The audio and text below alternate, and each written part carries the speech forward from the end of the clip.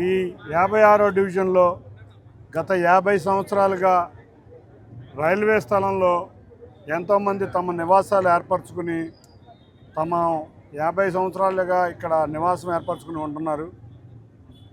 ఇది నిజంగా రైల్వే స్థలమైనా వారు సొంత ఇళ్ళు ఎప్పుడో కట్టుకోవటం వల్ల అందరూ కూడా బిలో మధ్య తరగతి కుటుంబాలు.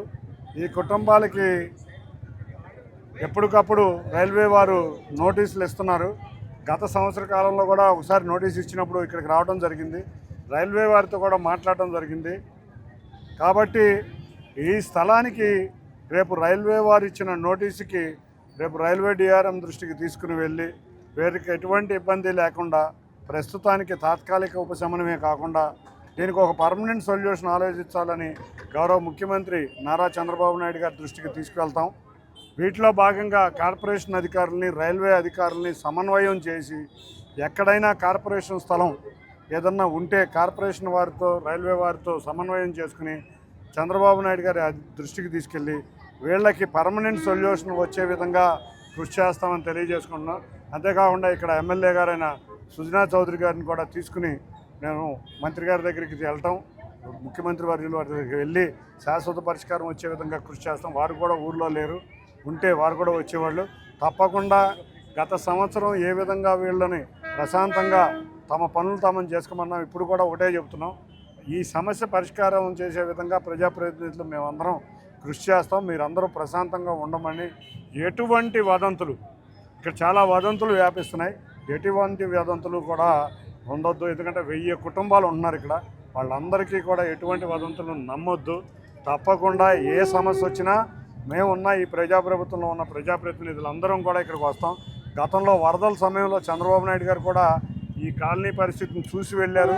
కాబట్టి నేను ఇది రైల్వే వారి దృష్టికి, అధికారుల దృష్టికి, అవసరమైతే ముఖ్యమంత్రి దృష్టికి తీసుకువెళ్ళి ఈ సమస్యను శాశ్వత పరిష్కారం తీసుకెళ్లే విధంగా కృషి చేస్తామని అందరికీ తెలియజేస్తూ, తప్పకుండా ఈ వారం రోజుల్లో రైల్వే వారి దృష్టికి వెళ్ళి రైల్వే వారితో మాట్లాడి టెంపరీగా ఎటువంటి యాక్షన్ తీసుకోకుండా వాళ్ళని ఒత్తిడి చేయకుండా ఉండే విధంగా కృషి చేస్తామని తెలియజేసుకుంటూ అందరికీ ధన్యవాదాలు. వదంతులు నమ్మొద్దు, మేము ఉన్నాం, ఏదో ఒకటి చేస్తాం. ప్రశాంతంగా ఇళ్లలో ఉండండి. మీరు ఏమైనా ఉంటే సమస్య పరిష్కరించడానికి మేము ఉన్నాంగా ప్రజాప్రతినిధుల కింద. కాబట్టి వదంతులు నమ్మొద్దు. నేను అనేది ముందు ఇచ్చిన నోటీస్ని ఆగనిద్దాం. 2 శాశ్వత పరిష్కారం. దీన్ని ఎమ్మెల్యే గారిని కూడా రానిచ్చి అందరం కూర్చుని కార్పొరేషన్ వాళ్ళని రైల్వేస్ వాళ్ళని కూర్చుని శాశ్వత పరిష్కారం ఏదో చేద్దాం. మిమ్మల్ని ఎవ్వరు ఏమీ కలపరు, ప్రశాంతంగా ఉండండి. ముఖ్యమంత్రి గారి దృష్టికి తీసుకెళ్తాం, అన్నీ మాట్లాడతా. మీరు ప్రశాంతంగా ఇళ్ళకెళ్ళి కూర్చోండి. లాస్ట్ సార్ లాగా కూడా ఇప్పుడు కూడా చెబుతున్నా, ఏమీ అవదు. ముందు ఏం చేద్దామంటే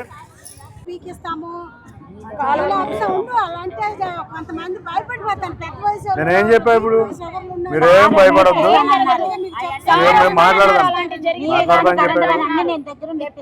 మీరేం కంగారు పడద్దు. మీరు వెళ్ళి ప్రశాంతంగా ఉండండి.